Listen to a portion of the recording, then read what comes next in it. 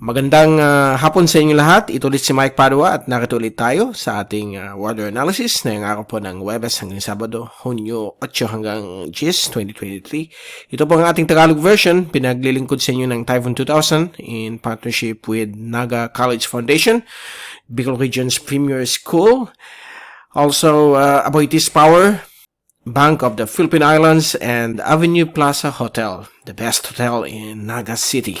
Okay? If you need to stay, that's one that I can recommend. Very nice atmosphere, nice people, and you will enjoy everything at Avenue Plaza Hotel. Okay, now, umpisa natin ang update. Ito ang pinaka-latest GovSat na yung araw nito ng Huwebes hanggang bukas, Biyernes.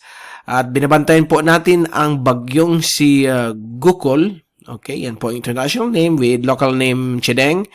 At sa nakalipas na ilang araw, ito po ay pumasok ng PAR, naging bagyo, but gaya ng sinabi ko, pag wala po itong threat sa ating bansa, hindi po tayo mag-i-issue ng special coverage, kaya na lang tayo naggawa ng updates. But if you follow our website, typhoon2000.ph, typhoon2000.info, may mga storm watches po tayo na ini-issue, and yung ating usual GovSat sa ating Facebook page ay nakikita rin po ninyo kung ano mga developments nitong bagyong ito. So, medyo malakas na po siya na yun. Typhoon strength, 120 kph. Slowly yung kanyang development, although nag-rapid intensification siya sa nakalipas na 24 oras. But ngayon, medyo magiging mild yung kanyang development dahil po sa paalis siya sa medyo mainit na oceanic heat content. Yung kanyang pagdaan sa medyo lumalamig or medyo drier atmospheric conditions ay maglilipit sa kanyang rapid intensification habang ito po ay kumikilos na napakabagal west-northwest. But for the next 3 days, ito po aakyat. Nakita niyo yung araw. Patungo po yan sa karagatan sa katimugan ng Japan. At hindi po ito makaka-apekto sa ating bansa. Lahat ng computer models ay recurvature ang pinapakita. So that's good news. Now, ang habagat, as of this time, hindi masyado. So, nakakabit pa rin ang tinatawag nating monsoon trough. Ito po yung area ng hangin mula sa timog kanluran at hilagang silangan or hilagang kanluran. At paghahapon o gabi, may mga thunderstorms. So, bagamat na sa mga oras na ito ay medyo mahina po siya. At yung mga thunderstorms baka later pa at mga maliliit na areas lamang po ang pwedeng magkaroon nito. So, ang area naman po ng Kalayaan Island Group, Palawan, Western Visayas ay nakakaranas din ng konting hangin mula sa Timog Kanluran, yung southwesterlies. Lahat po yung hangin niyan ay pupunta dito kay 99W, isang low pressure area na hindi kumikilos dito sa may bahagi po ng Hainan, north of Hainan. Actually, papunta na po siya dito sa may southern China. May kumabit po na frontal system na hilahin din itong LPA patungo dito sa may katimugang China. So, wala po tayong ikabahala dito. Ito lang po si Gukol, although ang good news kay Gukol, paalis naman po ito sa atin. Okay? So, may mga konting paghikayat ng habagat, okay, na yung darating pong weekend. Magbibigay po ng mga thunderstorms, lalo na po sa hapon ng gabi sa kanluran bahagi po ng Pilipinas. Kasama po dyan ang Western Visayas, Mimaropa, Metro Manila, Western Luzon, Ilocos Region. So, magdala lang ng payong at kapote na yung weekend.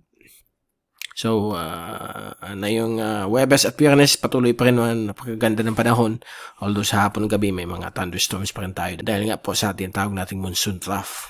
Meron po tayong low pressure dito for the past 24 hours, si LPA 90W, at ito po ay medyo humina, naging surface trough, at sa mga oras na ito as we speak, nag-reform po yung kanyang circulation. Nandito po siya sa banda dito. Okay, dito.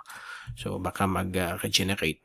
Napakaliit po yung kaulapan, but nothing to worry, walang pinapakita ng computer models, malulusaw din siya in the next couple of days. At yung mga nagtatanong bakit mahina pa rin yung habagat, usually ganun talaga pagdating ng first week of June, hindi pa po yan masyadong established, yung high pressure sa may Australia na magpapalabas ng hangin. At kung may bagyo, ipapahikayat. Kaya may konting habagat pa rin ngayong weekend. At tinitingnan din po natin yung tinatawag natin Madden-Julian Oscillation. It's a 30 to 45 day recurring of hot and dry conditions sa Western Pacific. Okay? So, meron yan cycle na tinatawag. Pag nasa wet phase po ng Madden-Julian Oscillation, makikita ninyo sunod-sunod ang mga bagyo. Sabay-sabay nagpo-form, 2, 3 sa Western Pacific at aktibo po ang habagat. So, sa ngayon, nasa dry phase po ang Madden-Julian Oscillation. So, just search sa Wikipedia, malalaman nyo kung anong ibig sabihin ng Madden-Julian Oscillation. It's a deeper meteorological topic. Okay? And nagkakaroon po yan ng interaction with tropical cyclones. Pag wet phase, maraming sunod-sunod na bagyo, sabay-sabay. Pag dry phase, tulad na yon, isa lang yan, nagpo-form at mahina yung mga pag-ulan sa ating lugar. Ito po yung fast animation. So nakikita po natin ang pag-organize itong bagyong si Gukul or Chideng. At papakita natin sa inyo mamaya yung oceanic heat content na hindi masyadong mainit yung area kung nasaan yung bagyo. Kaya nagtatry siya mag-organize, although typhoon na siya, 120, yung Japan, nasa severe tropical storm pa rin. Dito po yung binabanggit natin, yung dating si 90W, nag-regenerate, but nothing to worry. Hindi naman po siya tatagal. At ito naman po yung zoom-in satellite animation mula sa windy.com, UMETSAT, at nakita po nyo napakaganda ng panahon, okay? Mainit, mababa yung humidity, kaya yung ating heat index na yun ay umabot lamang ng 40, 42. It's still mainit, kaya uminom tayo ng lots of fluids para malabanan natin itong sobrang init. O yung tinatawag nating heat stress, okay? Sobrang init, yung ibang parts ng Southeast Asia, umabot po ng 40 plus hanggang 50.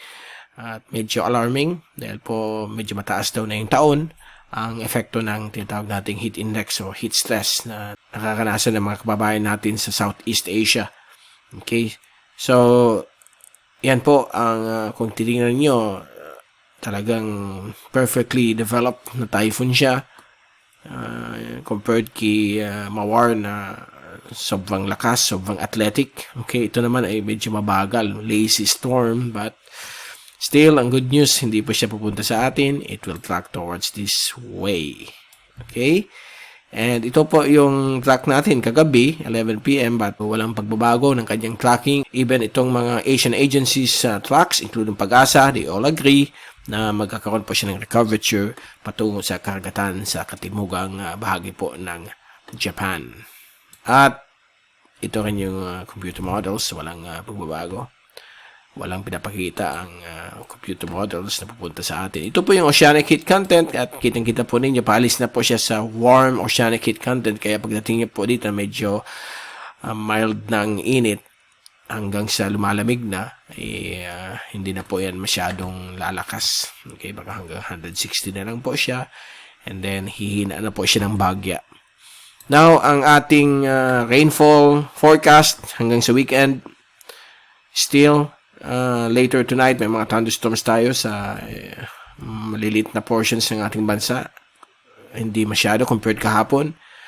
But bukas po ng hapon, Friday, yan, medyo magkakaroon na ng konting paghikayat itong si Chideng sa habagat. But we expect mga thunderstorms naman po, local thunderstorms sa Mindanao, mahinang habagat sa Zamboanga Peninsula, Visayas din, Western Visayas, Mimaropa. Bukas po yan ng hapon. And Saturday morning, okay na naman po ang panahon. Although itong area po ng Mimaropa ay medyo may mga ulan-ulan na dahil sa konting habagat. Nagiging southwest monsoon na po yan. At dito rin po sa may western coastal waters ng Visayas. Sabado ng hapon, inaasahan po natin mga thunderstorms na naka-embed sa mahinang habagat ang makakanasan po sa Luzon, kasama po Metro Manila, Bicol Region, Eastern Visayas, yun din po sa Caraga. Then Sunday morning, medyo okay na naman po ang panahon, but nandyan pa rin yung mga thunderstorms at mga ulan, konting hangin mula sa habagat dito po sa western sections ng Luzon at Mimaropa. Then linggo ng hapon, inaasahan ulit ang mga thunderstorms sa iba't ibang bahagi ng ating bansa, including Cagayan Valley, Cordillera, Administrative Region, dito rin po sa may area po ng Central Luzon, Ilocos Region, dahil po yan sa mga thunderstorms na dala ng mahinang habagat.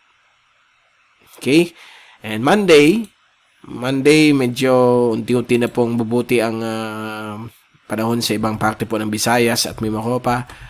Although Mindanao, Luzon, nandiyan pa rin yung mga occasional thunderstorms, dala ng konting habagat na ipapaibayo po ng bagyong si Chideng na nakalabas na po ng PAR. Most likely sa Sunday po siya ng gabi or Monday evening lalabas po ng PAR. So, wala na po tayong ikbahala dyan sa system na yan. Ito naman po yung rainfall accumulation for the next 3 days. So, nakikita nyo lahat ng rainfall ay nasa West Philippine Sea, western sections ng Palawan, western sections ng Central at Southern Luzon, kasama po ang Occidental Mindoro at Western Panay at Western Negros, Iloilo, Guimaras, dahil po yan sa mahinang habagat na ipapaibayo ng bagyong si Chideng na yung weekend. Okay? So, just bring your umbrellas, rain gear, kapag lalabas po kayo na yung weekend. At bago tayo magpaalam, ito ang latest global topics, hazards outlook ng Climate Prediction Center ng NOAA, issued every week, every Wednesday, and this is for the next 2 to 3 weeks. And for week 2, valid June 14 to June 20, ay nasaan pa rin magkakaroon tayo ng 20 to more than 60 or 40% above average tropical cyclone formation dito po sa east of the Philippine Islands. But sa latest na yon, tinitingnan ko yung European model, mukhang hindi matutuloy. Ito kasing source ng Climate Prediction Center galing sa kanilang model, which is the global forecasting system ng US o yung American model, in short GFS. So yan po ang pinapakita. Ito yung frontal system na magka-create rin ng possible formation ng isang subtropical system o subtropical low o pwedeng tropical cyclone. So far, yan po ang pinapakita natin. Okay? Yan po ang pinapakita ng forecast for next week. So, that will be week 2. Week 3, ang east of the Philippine Islands, sa may Guam, Micronesia, ay nasa above average ang rainfall probability, more than 65% or more than 50 to 65% ang inaasahan dito. Okay? Dahil po sa tinatawag po nating ITCZ, monsoon trough, kaya meron po yung mga pag-ulan dyan. Okay, so yan muna po ang ating latest na yung hapon po ng Huwebes, and babalik ulit tayo sa Sabado upang bigay sa inyo pinaka-latest sa ating panahon, lalo na po ang pagtaas na po ng bagyong si Chideng and pagkikait sa habagat. So nothing to worry, ang habagat is just gentle, magbibigay ng mga ulan, lalo na mga thunderstorm sa hapon o gabi na yung weekend, lalo na po sa western sections ng ating bansa. Ito si Mike Padua nagpapaalam. Mag-ingat po tayong lahat. Be #Weatherwiser. At maraming salamat po sa pagpanood nyo sa aking channel. At salamat din sa continued support ninyo. God bless and have a great weekend ahead.